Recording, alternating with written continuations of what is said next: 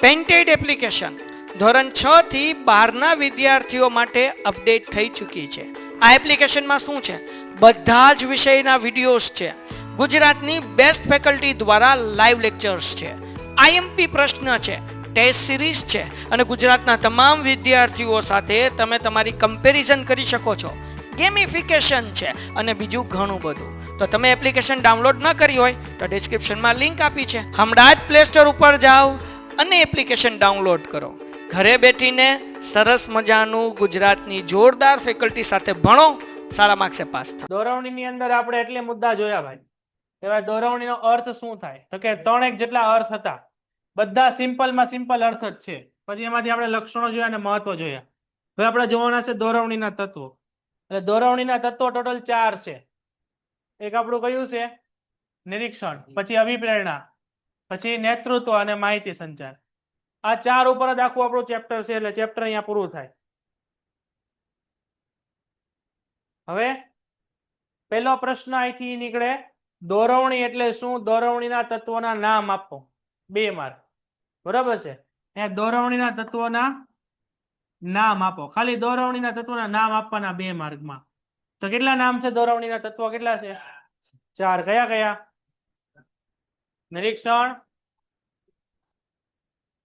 નિરીક્ષણ, અભિપ્રેરણા, નેતૃત્વ અને માહિતી સંચાર. જો આ તત્વોને છે ને એલિમેન્ટ્સ કીધા છે. એલિમેન્ટ્સ એટલે એને કહેવાય ભાગ. ભાગ એટલે શું થાય? આ બધા પાર્ટ્સ છે, બધા અલગ અલગ પાર્ટ્સ. એટલે ફોર એક્ઝામ્પલ આપણે અહીંયા જોઈએ ને તો કે સમજો કે તમે આ એક દોરવણી છે, આ એક દોરવણી છે. હવે આ દોરવણી છે ને એના 4 ભાગ છે. આ 4 ભાગ છે. એમાંથી સૌથી પહેલું આપણે જોવાનું છે નિરીક્ષણ, પછી આપણે જોવાનું છે નેતૃત્વ, પછી આપણે જોવાનું છે માહિતી સંચાર અને પછી આપણે જોવાનું છે અભિપ્રેરણા. તો આ 4 ભાગ ભેગા થાય ને ત્યારે આપણું એક દોરવણી બને. આ 4 વસ્તુ ભેગી થાય ને ત્યારે એક દોરવણી તૈયાર થાય. એટલે એક દોરવણીના 4 ભાગ છે. એટલે આમાંથી તમે કદાચ એકાદા ભાગને પણ આમાંથી તમે છૂટો કરી નાખો, એકાદાને પણ કાઢી નાખો, એટલે દોરવણી અધૂરી છે એવું સાબિત થાય. બરાબર છે? આવું આપણે આગળ ક્યાં આવી ગયું હતું? આવા ઘટકો આપણે ક્યાં આવી ગયા હતા? આ બધા ભાગ, બધા આયોજન વાળા ચેપ્ટરમાં. છેલ્લો ટોપિક નતો આયોજનના તત્વો અથવા એલિમેન્ટ્સ ઓફ પ્લાનિંગ. આયોજનના ભાગ નતા? મેં તમને આખી આકૃતિ દોરાવી કે ભાઈ આ એક આપણું આયોજન છે, એના અલગ અલગ આવીને નતા આપણે કટકા પાડીએ. બરાબર છે? તો સ્ટાર્ટ કરીએ આપણે. સૌથી પહેલું આપણું તત્વ કયું છે આમાં? સૌથી પહેલું છે આપણું નિરીક્ષણ. હવે નિરીક્ષણ બહુ નાનું એવું છે, આ પેજ ઉપર પતી જાય એવું છે. નિરીક્ષણની અંદર આપણે 3 વસ્તુ જોવાની છે. પહેલા નિરીક્ષણ એટલે શું, બીજું નિરીક્ષક એટલે શું, તે નિરીક્ષક કોને કહેશું, નિરીક્ષણ કોને કહેશું? પહેલા આપણું આપણે સમજી લઈએ. શિક્ષક એટલે શું, શિક્ષણ એટલે શું? બોલો, કોને કહેવાય? ભણાવે એને શું કહેવાય? બરાબર. અને એ જે શિક્ષક જે પણ ભણાવવાની પ્રક્રિયા કરે એને શું કહેવાય? તો શિક્ષણ અને શિક્ષક સમજાય. એ રીતના નિરીક્ષક કોને કહેવાય, નિરીક્ષણ કોને કહેવાય? નિરીક્ષક એટલે વ્યક્તિ પોતે, અને એ વ્યક્તિ જે ધ્યાન રાખે એને આપણે કહેવાય નિરીક્ષણ. એટલે નિરીક્ષક કઈ સપાટીએ હોય? તળ સપાટી, જેને આપણે સુપરવાઇઝર કહેવાય. સમજાણું? તે સુપરવાઇઝર નું શું કામ છે? તો કે એની નીચેના જે કામદારો છે, ફોરમેનો છે, એના ઉપર ધ્યાન રાખવાનું, એને માર્ગદર્શન આપવાનું, એને કોઈ કાંઈ કાર્ય સમજાય નહીં તો સમજાવવાનું. તો એ જ બધું આમાં જોવાનું છે. તો એનો અર્થ અહીંયા એવો છે કે નિરીક્ષકના કાર્યો આપ્યા છે ને, એટલે જો નિરીક્ષક એટલે તમને શબ્દ આપ્યો છે કયો? સુપરવાઇઝર. તો સુપરવાઇઝરના કાર્યો છે આ. એટલે નિરીક્ષકના કાર્યો છે ને, એટલે સ્ટાર કે અહીંયા લખી નાખવાનું સુપરવાઇઝરના કાર્યો.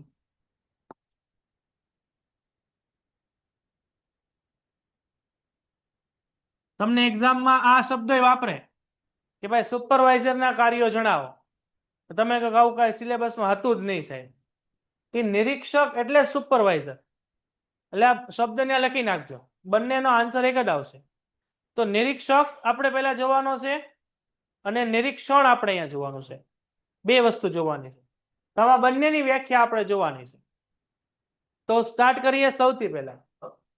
તો કે કામદારોના કાર્યની દેખરેખ રાખવી એટલે નિરીક્ષણ. જો આ શબ્દ ખાસ બધા ધ્યાન રાખજો, આ શબ્દ છે નિરીક્ષણ. આ શબ્દ છે આપણો નિરીક્ષણ. કામદારો કામ કરે છે કે નહીં એના ઉપર ધ્યાન રાખવું એને કહેવાય નિરીક્ષણ. તો આ નિરીક્ષણ છે, નિરીક્ષક નથી. આ નિરીક્ષણ છે. બરાબર છે. તમે બધા બરાબર ભણો છો કે નહીં એ હું ધ્યાન રાખો. એટલે હું નિરીક્ષણનું કાર્ય કરું છું એમ કહેવાય. એટલે આપણે નીચેના કામદારો બરાબર કામ કરે છે એ જોવાની પ્રક્રિયા એટલે નિરીક્ષણની પ્રક્રિયા. અને નિરીક્ષણનો જે વ્યક્તિ કામ કરે એ વ્યક્તિને કહેવાય નિરીક્ષક. બરાબર છે. તો આ નિરીક્ષણ થયું. નિરીક્ષણનું કાર્ય મોટાભાગે સંસ્થાના આંતરિક કાર્યભાર સાથે સંકળાયેલું છે. આંતરિક કાર્યભાર એટલે કે આપણી નીચેના કામ કરતા માણસો ઉપર જ આપણે ધ્યાન રાખવાનું, બહારના લોકો ઉપર નહીં. દાખલા તરીકે તમે બધા અત્યારે એકાઉન્ટની ટેસ્ટ આપો છો, તો હું અહીંયા ઉભો હોઉં તો હું સુપરવાઇઝર કહેવાય. તો તમે બધા ટેસ્ટ કઈ રીતે આપો છો, ચોરી નથી કરતા, બરોબર લખો, એ મારે જોવાનું હોય. હવે બારીની બહાર કોઈક છોકરો છે, બરોબર છે, એને ભૂંગળા બટેટા વેચતો ઈમાન નથી જોવાનું કે ભાઈ હું એને એમ ન કહું ભાઈ તું પેપર કેમ નથી દેતો, કેમ ભૂંગળા બટેટા વેચે છો, ઈ નહીં. નિરીક્ષણનું કાર્ય સુપરવાઇઝર લિમિટેશન શું હોય? કંપનીની અંદર કામ કરતા માણસો પૂરતી. સમજાણું? નિરીક્ષણનું કાર્ય છે આંતરિક વ્યવસ્થાના ભાગરૂપે છે. બહારના લોકો ઉપર ધ્યાન નથી રાખવાનું આપણે. એટલું રેડી છે ભાઈ? તો આંતરિક કાર્યભાર સાથે સંકળાયેલું હોય છે, એટલું અંડરલાઈન કરજો. આ તમને એક્ઝામમાં પૂછાઈ શકે. નિષ્ણાતનું કાર્ય સંચાલકની તળ સપાટીએ વધારે થાય છે. અહીંયા અંડરલાઈન કરો, તળ સપાટીએ વધારે થાય. શું લેવા તળ સપાટીએ વધારે થાય ભાઈ? નિરીક્ષણનું કાર્ય તળ સપાટીએ વધારે થાય, કારણ કે વધારે માણસો ન્યા જ છે અને સુપરવાઇઝર ન્યા જ છે ને આપણી સપાટીમાં. સુપરવાઇઝર કઈ સપાટી આવે? અને સુપરવાઇઝર કોણ છે તળ સપાટીમાં? એ મુખ્ય સંચાલક છે ત્યાંનો. એવું મેં તમને ચેપ્ટર 1 માં ભણાવ્યું હતું. સુપરવાઇઝર છે તળ સપાટીનો સંચાલક કહેવાય, તળ સપાટીનો હેડ કહેવાય. એટલે વધારે પડતું કામ તળ સપાટીએ જ થાય. આ બધું અંડરલાઈન કરું છે ને ભાઈ, બધું એક્ઝામમાં પૂછાઈ શકે ને પૂછાઈ ગયેલું છે આમાંથી. એટલે મને નથી જોવાનો કોઈ, હો ને, અંડરલાઈન કરતું રહેવાની છે. હવે જો આ બધા હોય તળ સપાટીએ, કોણ કોણ હોય? કામદારો અને ફોરમેન હોય કે ન હોય? એટલે સરવાળે આ બધી આખા નિરીક્ષણનો મુદ્દો કઈ સપાટીએ લેવા દેવા છે? તળ સપાટી આવે. બરાબર છે. તો કામદાર અને ફોરમેનના કાર્યોનું નિરીક્ષણ કરવાનું કાર્ય જે કરે એને નિરીક્ષક કહેવાય. તો હવે અહીંયા એક રાઉન્ડ મારજો તો હાઇલાઇટ કરજો. આ વ્યક્તિ છે નિરીક્ષક અને એ જે વ્યક્તિ કામ કરતો હતો એને કહેવાય નિરીક્ષણ. તો અહીંથી અંડરલાઈન કરો, કામદાર અને ફોરમેનના કાર્યનું નિરીક્ષણ રાખવાનું કાર્ય જે વ્યક્તિ કરે એને નિરીક્ષક કહેવાય. ભાઈ આ બે વસ્તુ સમજાય છે?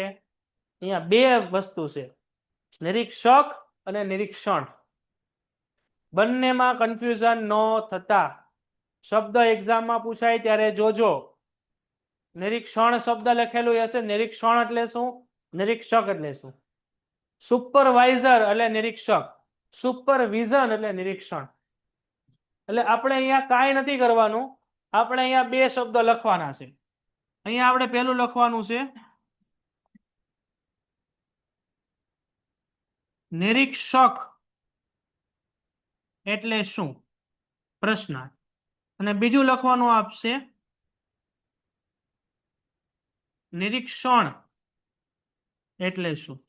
આ બે પ્રશ્નો લખો તમે, એટલે તમને યાદ રહેશે એક્ઝામ વખતે કે આ બંને અલગ અલગ વસ્તુ છે. નિરીક્ષણ એટલે શું? નિરીક્ષક એટલે શું? આ એના બે રાઉન્ડ તો કરાય. આ નિરીક્ષણ, આ નિરીક્ષક. કામદારોને ફોરમેનના કાર્યનું નિરીક્ષણ કરવાનું જે વ્યક્તિ કામ કરે નિરીક્ષક કહેવાય, અને કામદારોના કાર્ય ઉપર જે દેખરેખ રાખે એને નિરીક્ષણ કહેવાય. એટલે જે વ્યક્તિ વિદ્યાર્થીને ભણાવવાનું કામ કરે એને શિક્ષક કહેવાય, અને શિક્ષક વિદ્યાર્થીને ભણાવવાની પ્રક્રિયા કરે એને શિક્ષણ કહેવાય. એવું છે. વસ્તુ હાવ નાની એવી છે, પણ એક્ઝામ વખતે તમને 1 માર્કમાં કેવડાવે. તો નિરીક્ષક કામદાર અને ફોરમેનના કાર્ય અંગે જવાબદાર હોય છે. તે સંચાલનની મધ્ય સપાટી અને કામદાર વચ્ચે ચાવીરૂપ સ્થાન ધરાવે છે. મધ્ય સપાટી અને કામદાર વચ્ચે ચાવીરૂપ એટલે શું થાય ભાઈ? જો મધ્ય સપાટી અને કામદાર વચ્ચે ચાવીરૂપ એટલે આ આપણી સપાટી છે, બરાબર છે. આ આપણી ત્રણ સપાટી છે. આ આપણી ઉચ્ચ સપાટી, આ મધ્ય સપાટી ના તળ સપાટી. હવે તળ સપાટીમાં કોણ હોય? તો કે સુપરવાઇઝર. પછી કોણ હોય? કામદારો અને કર્મચારીઓ. તો આ આપણું થઈ ગયું મધ્ય સપાટી.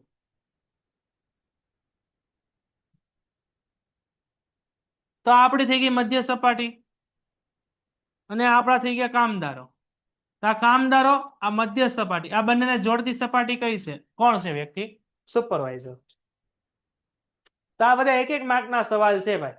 આ બધું અંડરલાઈન કરતું રહેવું.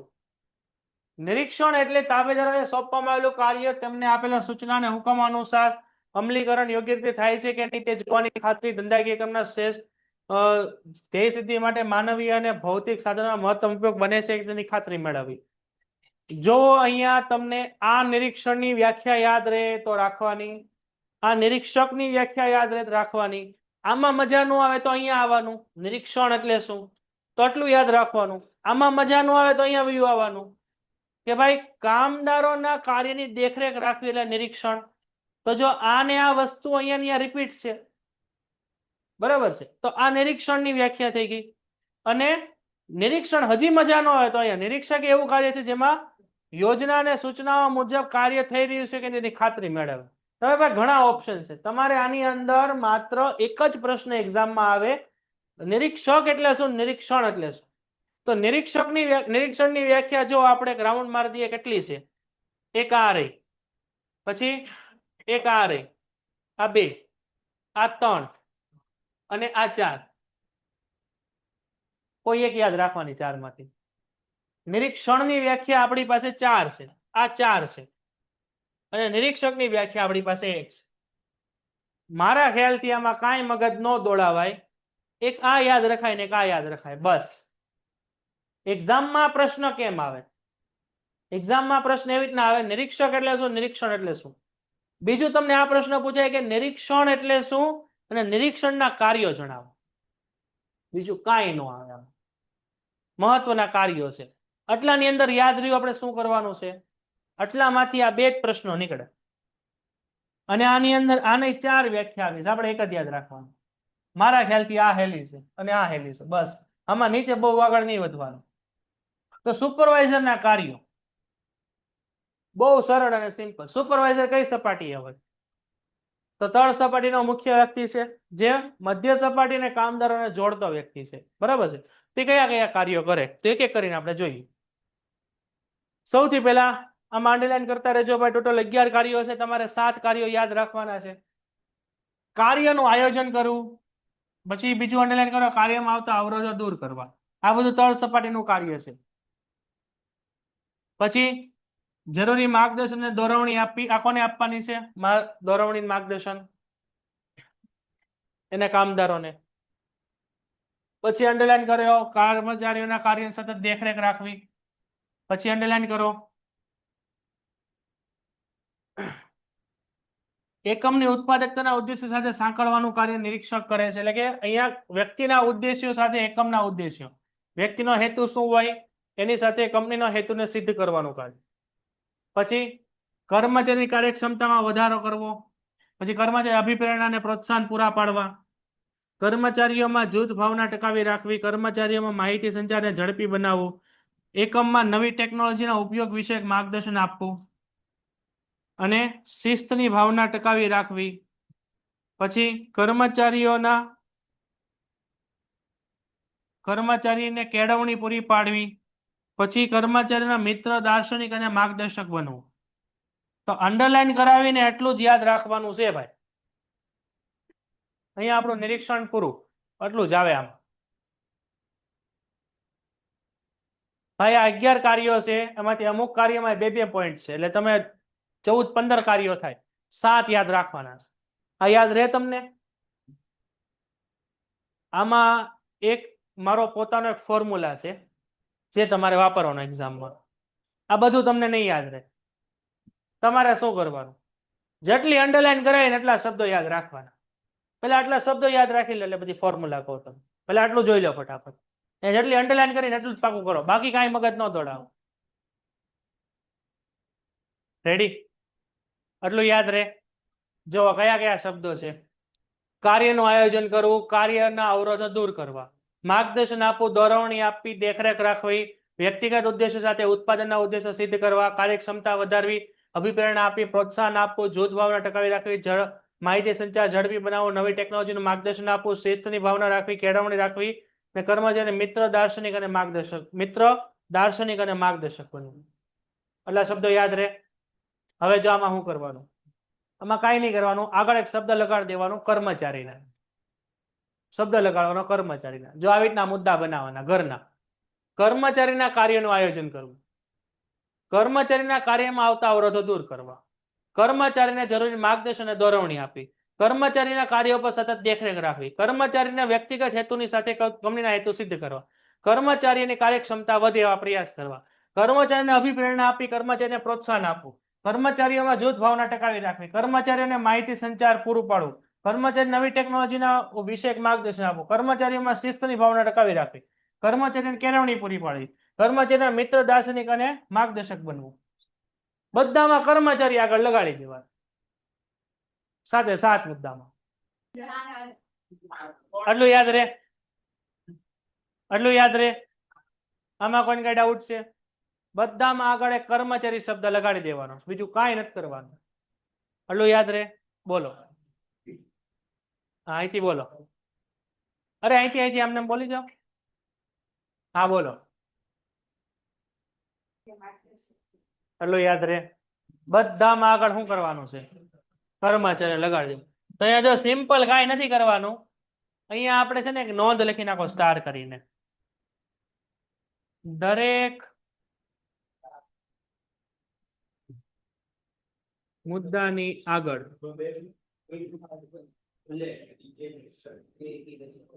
કર્મચારીઓ ને શબ્દ લગાડીને કાર્યો તૈયાર કરવા. આવું લખી નાખો એટલે બોર્ડની એક્ઝામમાં તમને આ મુદ્દા વાંધો કોઈ દી નહીં આવે. દાર્શનિક એટલે કે એ લોકોને રસ્તો દેખાડનાર, કઈક વસ્તુમાં એ લોકોને ન સમજાતું હોય એ લોકોને માહિતી આપનાર. દાર્શનિક. ચેપ્ટરના 4 મુદ્દામાંથી એક મુદ્દો પૂરો થાય છે. એટલું રેડી છે ભાઈ? ઓકે. તો નેક્સ્ટ ના પછી આપણને મુદ્દો આપ્યો છે. નેક્સ્ટ ના પછી કયો મુદ્દો છે આપણો? હવે જો અભિપ્રેરણા છે ને એટલે મોટિવેશન થશે આપણું. મોટિવેશન એટલે કે અહીંયા કર્મચારીઓને એના કાર્યના જુસ્સામાં વધારો કરવો, કામ કરવા માટે વધારે પડતા મોટિવેટ કરવા. ફોર એક્ઝામ્પલ, તમે રોજ 8 કલાક કામ કરતા હો કંપનીમાં, મારે તમારી પાસે 10 કે 12 કલાક કામ કરાવવું હોય કે ભાઈ તમે રોજ 8 કલાક કામ કર્યો, હમણાં 8 વાગે એટલે તમને એમ થાય કે હાલો હાલતા જ થઈએ, બરાબર, રજા પડી ગઈ. હવે મને એમ થાય કે આ લોકો રાતના 12 વાગ્યા સુધી રોકાવા છે, તો મારે તમારી પાછળ શું કરવાનું? પૈસા વધારે આપો, મોટિવેશન. કમિશન આપો, મોટિવેશન. હું તમને એમ કહું કે ભાઈ આજે આપણે વર્કલોડ વધારે છે એટલે આજે તમારે બધું કામ પૂરું કરીને જવાનું છે. જે વ્યક્તિ કામ પૂરું કરીને જશે એને 2000 રૂપિયા વાપરવા મળશે. 4 કલાક ખાલી વધુ કામ કરવાનું છે. તો કોણ નો રોકાય? બધા રોકાય. પેન્ટેડ એપ્લિકેશન ધોરણ 6 થી 12ના વિદ્યાર્થીઓ માટે અપડેટ થઈ ચૂકી છે. આ એપ્લિકેશનમાં શું છે? બધા જ વિષયના વિડીયોઝ છે. ગુજરાતની બેસ્ટ ફેકલ્ટી દ્વારા લાઈવ લેક્ચર્સ છે. આઈએમપી પ્રશ્ન છે, ટેસ્ટ સિરીઝ છે અને ગુજરાતના તમામ વિદ્યાર્થીઓ સાથે તમે તમારી કમ્પેરિઝન કરી શકો છો. ગેમિફિકેશન છે અને બીજું ઘણું બધું. તો તમે એપ્લિકેશન ડાઉનલોડ ન કરી હોય તો ડિસ્ક્રિપ્શનમાં લિંક આપી છે, હમણાં જ પ્લે સ્ટોર ઉપર જાઓ અને એપ્લિકેશન ડાઉનલોડ કરો. ઘરે બેઠીને સરસ મજાનું ગુજરાતની જોરદાર ફેકલ્ટી સાથે ભણો સારા માર્ક્સે પાસ થાવ. તો એ શું થયો? એ તમે એ વ્યક્તિના કાર્ય જુસ્સામાં વધારો કર્યો. તો એ મોટિવેશન છે, અભિપ્રેરણા છે. અભિપ્રેરણા બે પ્રકારની હોય, એક નાણાકીય અને એક બિન નાણાકીય. તો અત્યારે જે આપણે વાત કરીએ છીએ નાણાકીય છે, નાણાકીય પ્રોત્સાહન છે. ત્યારે બિન નાણાકીય એટલે કે લોકોની વચ્ચે સન્માન કરવું, એના કામની કદર કરવી, એને મેડલ આપવું, ટ્રોફી આપવી, બરાબર છે. તો આ બધું શું છે? સર્ટિફિકેટ આપવું, એ બધું શું છે ભાઈ? બિન નાણાકીય. બરાબર. ઘણા વિદ્યાર્થીઓ 12માં સારા ટકા લાવે એટલે ન્યૂઝપેપરમાં ફોટો આવે, અથવા તો કે ઓલા હોર્ડિંગ્સ ઉપર ફોટો મારેલો, તે શું છે? મોટિવેશન. આગેના હમાતાય ન હોય પાછા, એવું બને તો એને એમ થાય કે ભાઈ હું ટકા લઈ આવ્યો. આગેના એ મોટિવેશન છે. તો મોટિવેશન બે પ્રકારના છે પ્રોત્સાહન. એક પ્રોત્સાહન કયું હશે? જે નાણાકીય હશે. બીજું પ્રોત્સાહન કેવું હશે? બિન નાણાકીય. જેમાં પૈસાનો ઉલ્લેખ હશે નાણાકીય, જેમાં પૈસાનો ઉલ્લેખ નથી બિન નાણાકીય છે. તો મોટિવેશન આપવાથી કર્મચારી વધુ કામ કરે, બરાબર છે. એટલે આપણને જીવનમાં ઘણા લોકો મોટિવેશન આપતા હોય. મોટિવેશન બે પ્રકારના હોય, એક મોટિવેશન આંતરિક હોય, એક મોટિવેશન બાહ્ય હોય. એક ઇન્ટરનલ મોટિવેશન, એક એક્સટર્નલ મોટિવેશન. એક્સટર્નલ મોટિવેશન એટલે શું? કે ભાઈ તમે યુટ્યુબમાં વિડીયો જોયો, દાખલા તરીકે સંદીપ મહેશ્વરીને ઓળખો છો? તો એ મોટિવેશન વિડીયો જોયો તમે સંદીપ મહેશ્વરીનો, બરાબર છે. હવે એનો વિડીયો તમે અડધી કલાક કે 20 મિનિટનો જોવો ને, તો તમારા અંદર આમ કાંઈક થવા માંડે. તમને એમ થાય કે આખી દુનિયામાં હું જ કાંઈક છું એમ, બરાબર. ફૂલ મોટિવેશન મળે. તમને એમ થાય કાલે સવારે 5 વાગે જાગીને દોડવા જ માંડું. હા કે ના? પણ એ મોટિવેશન કેવું છે ખબર છે? એ ઘડીક પૂરતું છે. એ તમને 1-2 દિવસ, વધીને 2-5 દિવસ સારું લાગે, પછી તમે વિડીયો ભૂલી જાઓ એટલે બધો જે તમારો પાવર હતો ને ઉતરી જાય. હા કે ના? તો એ મોટિવેશન છે એ બાહ્ય છે. આંતરિક મોટિવેશન કોને કહેવાય? જે તમને અંદરથી કાંઈક જીવનમાં કાંઈક કરવાની ઈચ્છા હોય. દાખલા તરીકે તમને એમ થાય કે આપણે 12માં સારા ટકા લઈ જ આવે, તમને અંદરથી ઈચ્છા થાય ને તેથી સાચું, બરાબર છે.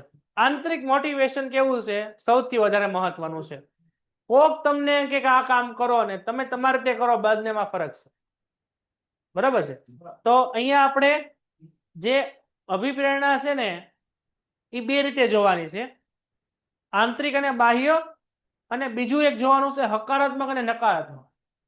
ઘણું મોટિવેશન હકારાત્મક હોય, ઘણું નકારાત્મક હોય. અમુક મોટિવેશન એવું હોય જે પોઝિટિવ હોય, જેનાથી તમારા જીવનમાં ફાયદો થાય, અને અમુક મોટિવેશન એવું હોય કે જે નેગેટિવ હોય. તો નેગેટિવ મોટિવેશન આપણે ધ્યાનમાં જ લેવાનું. દાખલા તરીકે આપણે કોઈ પિક્ચર જોયું, બરાબર, કે ભાઈ એમાં આપણે એવું જોયું કે ભાઈ એક વિલન છે, એ જે છોકરો છે એના પપ્પાને તો કે મારી નાખ્યા, બરાબર છે, અને તમને બદલો લેવાનું મન થાય એ પિક્ચર જોઈને. તો જેનાથી તમે ક્રાઇમમાં આવી જાઓ, જેનાથી તમે કોઈ ગુનામાં આવી જાઓ, અલે ભાઈ જવું જ બાર, શાંતિથી બેઠને, હું છે તારે હમાઈ જાઓ હતો ને. તો એક મોટિવેશન એવું છે જે હકારાત્મક છે, એક નકારાત્મક છે. નકારાત્મક મોટિવેશન પણ તમારા જીવનમાં કોક તમને આપે અને તમે એવી ઘટનામાં આવી જાઓ કે જેનાથી તમે કોઈ ક્રાઇમમાં આવી જાઓ, તો એ વસ્તુ જીવનમાં ન હોવી જોઈએ. એટલે આપણે જોવાનું છે હકારાત્મક. તો આપણે સ્ટાર્ટ કરીએ.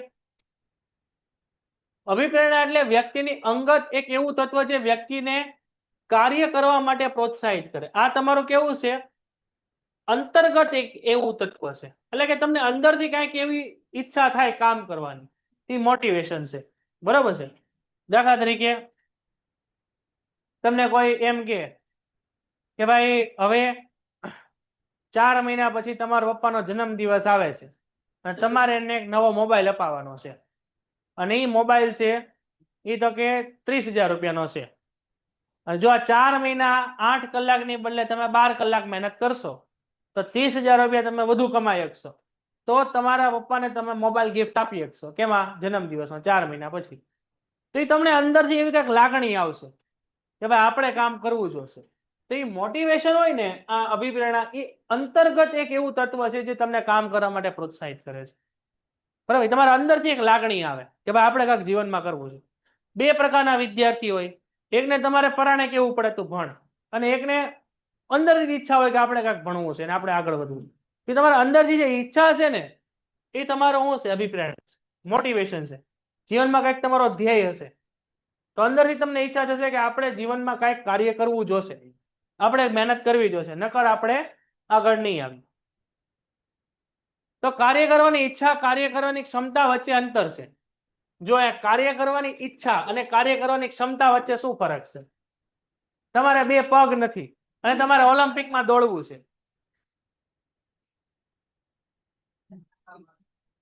બરાબર, સમજાણો? તમારે પગ નથી અથવા પગમાં ફ્રેક્ચર છે અથવા પગ આખા તમારા ડિસેબલ થઈ ગયા છે અને તમારે ઓલિમ્પિકમાં દોડવું છે, તો તમારી ઈચ્છા શું છે? ઓલિમ્પિકમાં દોડવાની. પણ તમારી ક્ષમતા છે? તમારી ક્ષમતા નથી. તો આ બંને પાછું ધ્યાનમાં રાખવાનું. બરોબર છે? તો કર્મચારી પાસે કાર્ય કરવાની ઈચ્છા હોય પરંતુ તેની પાસે ક્ષમતા ન હોય તો ધ્યેય સિદ્ધ ન થાય. એટલે ક્ષમતા અને ઈચ્છા બંને હોવું જોઈએ. હવે તમારે 10માં મૂળ માંડ ચડાવ પાસ થયા હો, તમે 12માં ચડાવ પાસ થયા હો અને તમે વિચારો કે હું આઈપીએસ ઓફિસર બની જાઉં, તો એ તમારી ઈચ્છા છે, તમારી પાસે ક્ષમતા નથી. અને તમારે ક્ષમતા લાવવી હોય ને એને પેલા ડેવલપ કરવી પડે. સમજાણું? તમને હજી ગુજરાતી વાંચતા નથી આવડતું તો યુપીએસસી ની કેમ એક્ઝામ આપશો? તો એ તમારી ઈચ્છા ખરી પણ તો તમારી ક્ષમતા નથી. એટલે ઘણું કામ એવું આવે જીવનમાં જેમાં આપણે કહી દઈએ કે આપણા કામનું નથી, લેવલ 12 નું છે. રેડી છે? તો બંને હોવું જોઈએ, ઈચ્છા અને ક્ષમતા બંને હોવું જોઈએ. તો ઉત્પાદક પ્રક્રિયા સાથે સંકળાયેલા બધા જ સાધનોમાં માનવી એકમાત્ર કેવું છે ભાઈ? જીવન સંસાધન છે.